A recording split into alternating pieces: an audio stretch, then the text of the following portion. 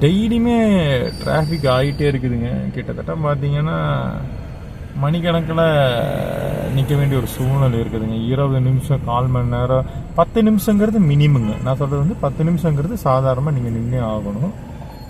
Maximum அப்படின்னு பார்த்தீங்கன்னா நம்ம வந்து நான் 40 நிமிஷம் பக்கம் நின்றுருக்கணுங்க. இதே ரூட்டு 40 நிமிஷம் இல்லைங்க, 1 மணி நேரம் கூட நின்ன கதை இருக்குதுங்க. ஜஸ்ட் ஒரு கிலோமீட்டர் தான் இருக்கு, நம்ம 1 மணி நேரம் நின்ன கதையெல்லாம் இருக்குதுங்க.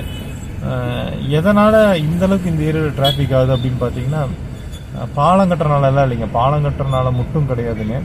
2 பக்கமும் வழி ஓரளவுக்காவது பரவாயில்லைங்க. அந்த பக்கம் கொஞ்சம் மோசம் தான், ஒத்துக்கணும்.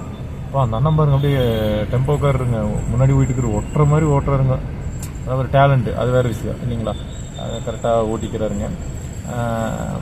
பட் இருந்தாலும் இங்கே டிராஃபிக் ஆகக்கூடிய காரணம் என்ன பார்த்தீங்கன்னா, முன்னாடி இருக்கிற பேருந்து நிலையம் தாங்க. பேருந்து நிலையத்தால் டிராஃபிக் கிடையாதுங்க. வண்டி இடது பக்கம் போயிடுச்சுன்னா டிராஃபிக் கிடையாதுங்க. ஆனால் வண்டிகள் வந்து ஒரு சிலது உள்ளே போகாமீங்க அப்படியே நடு ரோட்டில் நிறுத்திடுறாங்க. 2 பக்கமும் வாகனம் போகிறது இல்லைங்க. இது வந்து ஒரு சில பேருந்து ஓட்டுநர்கள் வந்து அதாவது சென்டர் பிடிச்சி ஓட்டுறதுன்னு சொல்லுவாங்க ரோட்டை. அந்த பக்கம் வண்டி ஓவர்டேக் முடியாது, இந்த பக்கம் எடுக்கலாம், சென்டர் பிடிச்சி ஓட்டுவாங்க. பேருந்து நிறுத்தத்துலேயும் கூடவா சென்டர் பிடிக்கணுங்க? பேருந்து நிறுத்தத்துலேயும் கூட வாங்க சென்டர் பிடிச்சி ஓட்டுவீங்க. என்ன ஒரு அநியாயம் பாருங்க. பேருந்து லெஃப்ட் தள்ளி நிறுத்தினீங்கன்னா நாங்கள் கொஞ்சம் இப்படி போய்க்கலாம் இல்லைங்க. அந்த பழக்கமே கிடையாதுங்க, நம்ம ஆட்களுக்கு அந்த பழக்கமே கிடையாதுங்க. இங்கே ஒன்றுங்க. 2வது வந்து பார்த்திங்கன்னா ஒரு யூடர்ன், நடுவில் ஒரு யூடர்ன் இருக்குதுங்க. இந்த யூடர்ன் ஆகட்டுங்க, இதுக்கு அடுத்த யூடர்ன் ஆகட்டுங்க. இந்த யூடர்ன்லையும் பார்த்திங்கனாலும் சரியான டிராஃபிக் ஆகுதுங்க.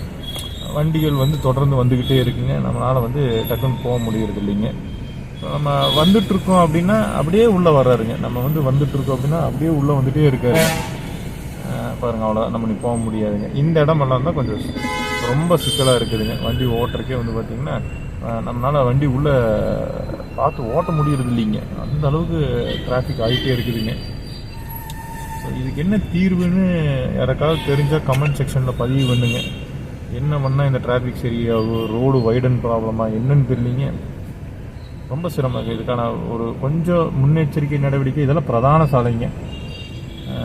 ஸோ என்ன உங்களோட கருத்து அப்படிங்கிறத தயவுசெய்து பதிவு பண்ணுங்க வியூவர்ஸ். நன்றி.